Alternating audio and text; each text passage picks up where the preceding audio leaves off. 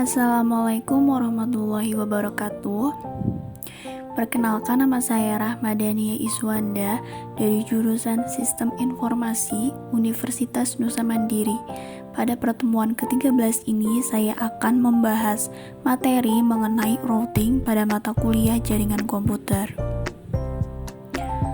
Sebelum membahas mengenai routing, ada baiknya kita memahami perbedaan antara router dengan routing.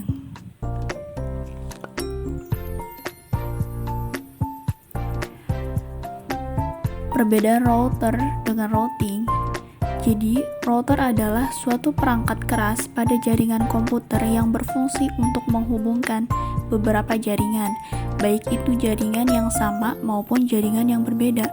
Sedangkan routing itu adalah prosesnya. Berikut ini adalah contoh gambar dari router. Fungsi utama dari setiap router adalah untuk menghubungkan dua jaringan atau lebih agar dapat mendistribusikan paket data dari suatu jaringan ke jaringan lainnya.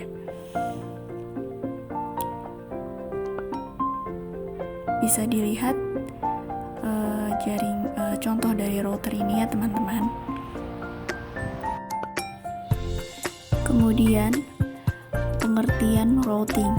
Routing adalah suatu proses atau metode pengiriman paket data dan informasi ke jaringan yang satu dan ke jaringan yang lainnya dengan protokol tertentu. Atau bisa juga diartikan proses pengambilan sebuah paket dari sebuah alat dan mengirimkan melalui network ke alat lain di sebuah network yang berbeda. Berikut ini poin-poin routing yang akan saya jelaskan, terdiri dari routing protokol, routing statis, dan routing dinamis. Masing-masing dari routing ini memiliki fungsi dan jenis yang berbeda. Ini akan saya bahas satu persatu. Routing protokol, suatu aturan yang mempertukarkan informasi routing yang akan membentuk sebuah tabel routing sehingga pengalamatan pada paket data yang akan dikirim menjadi lebih jelas, dan routing protokol mencari rute tersingkat untuk mengirimkan paket data menuju alamat yang dituju.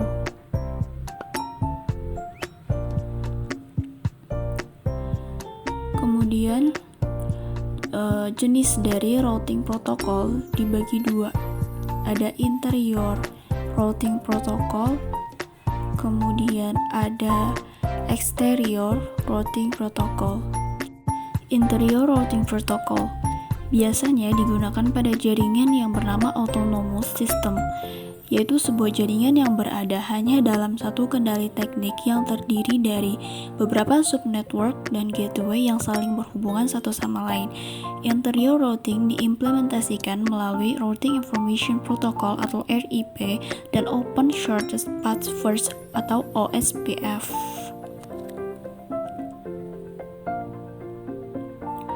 Exterior Routing Protocol, pada dasarnya internet terdiri dari beberapa autonomous system yang saling berhubungan satu sama lain, dan untuk menghubungkan autonomous system dengan autonomous system yang lainnya, maka autonomous system menggunakan exterior routing protocol sebagai pertukaran informasi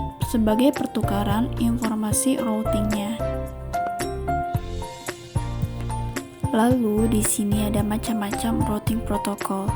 Yang pertama ada Routing Information Protocol, yang kedua Enhanced Interior Gateway Protocol, yang ketiga ada Open Shortest Path First, yang keempat ada Intermediate System,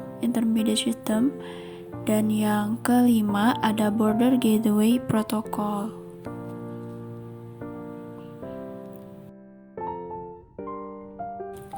Kemudian berikutnya ada routing statis.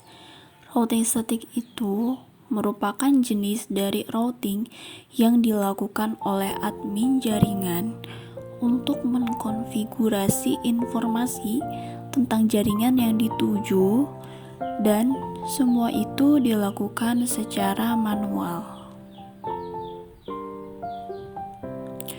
Lalu berikutnya ada ciri-ciri dari routing statis. Yang pertama, jalur spesifik ditentukan oleh admin jaringan. Yang kedua, pengisian tabel routing dilakukan secara manual oleh admin. Yang ketiga, jaringan routing statis ini biasanya digunakan untuk jaringan yang berskala kecil. Lalu di sini ada contoh dari routing statik. Di sini ada 3, yaitu contohnya ada Windows yang biasa dipakai di komputer atau laptop teman-teman.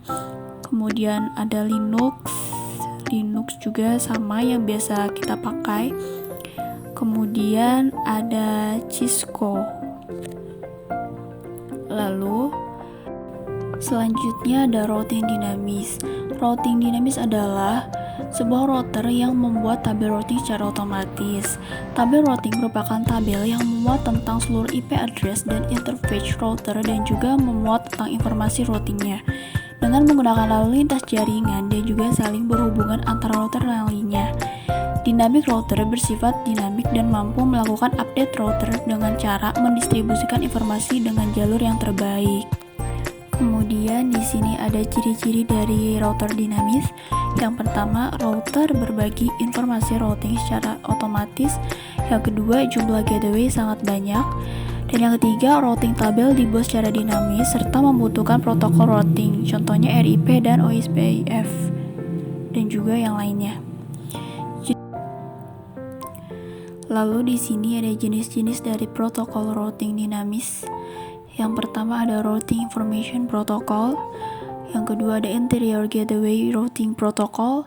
Yang ketiga ada NH Interior Gateway Routing Protocol. Yang keempat ada Open Shortest Path First. Dan yang kelima ada Border Gateway Protocol. Kemudian di sini ada contoh dari routing dinamis. Yang pertama ada RIP atau Routing Information Protocol. Yang kedua ada EIGRP atau Enhanced Interior Gateway Routing Protocol. Yang ketiga ada OSPF atau Open Shortest Path First. Dan yang keempat ada BGP, Border Gateway Protocol. Dan ini mungkin jenis dan contohnya hampir sama ya. Oke, sekian dari pembahasan saya. Jika masih ada yang kurang, mohon maaf dan semoga bermanfaat bagi kita semua. Assalamualaikum warahmatullahi wabarakatuh.